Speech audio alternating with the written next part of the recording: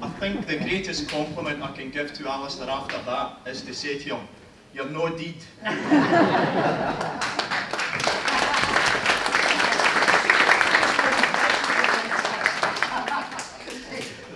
I would also think, isn't it great to have the knights and the lady looking resplendent along here? Now, I know they'll be absolutely too happy if you ask them nicely to have their photographs taken with you later on, and maybe even talk to you about who they actually are representing here today. So thank you very much to the knights for coming up.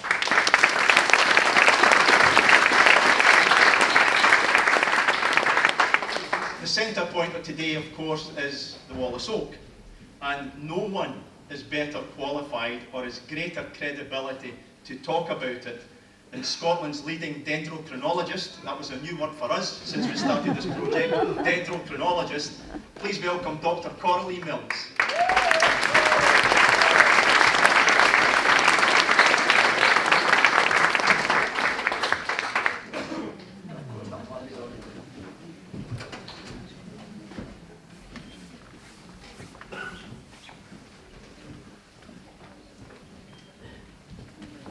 Well, good afternoon everyone, and I'm just so delighted for the Society that there are so many of you here and that so many of you have supported this amazing project. And it's been an absolute honour to be a small part of it. I'm going to have to read this because otherwise I will forget the important points.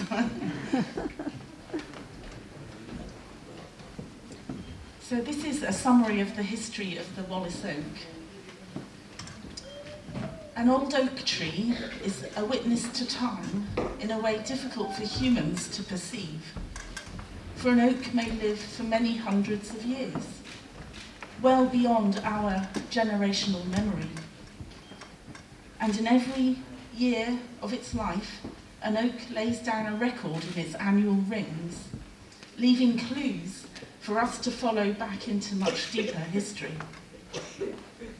Of course, those rings help us to age a tree, but they also record changes in climate and the environment, providing insights so important to addressing the big issues that we face today. It has been an absolute honour to assist the Society of William Wallace with investigating the history of the Wallace Oak. Even an oak tree must die eventually, and sadly, after many struggles and attempts to save it, the Wallace Oak finally fell in the early 1990s and was removed from this site. This was not the end of the oak story, however, because after the Society rediscovered its whereabouts, we were able to study its form and its tree rings, and to piece together its story with some help from local people and old photos, local newspaper articles, and old maps. And then finding the embedded chain confirmed that we had the right tree. A sample from the lowest solid section of the tree's remains was aged through dendrochronology and spanned 1786 to 1977. A span of only just under 200 years.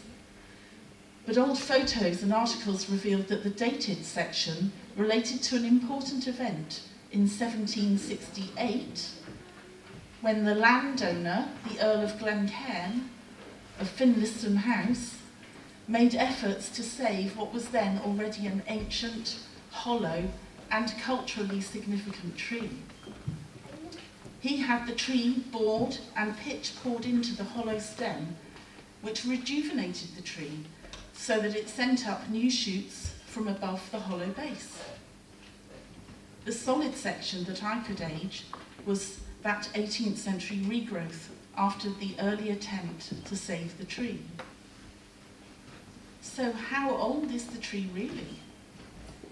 Well, an oak tree can easily live for 500 years without any management, but rather like the Earl's intervention, if an oak is carefully managed by coppicing or pollarding, and that just means cutting the tree low or cutting it high, this will prolong its life, it will regrow.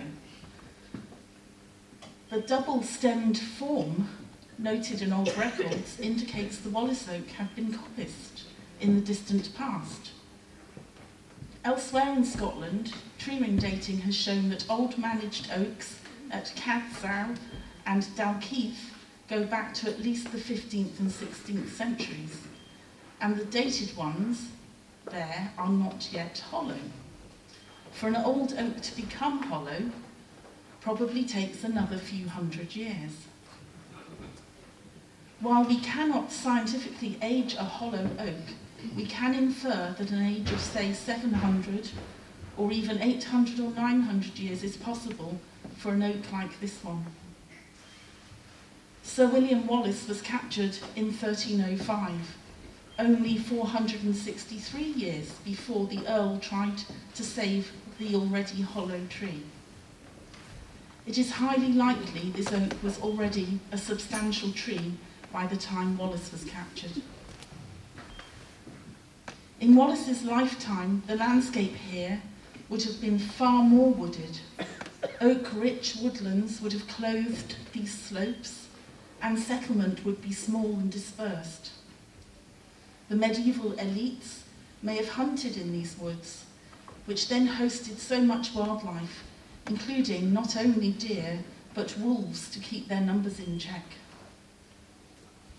The Wallace oak lives on, not only in the beautiful memorial, but no doubt in many offspring.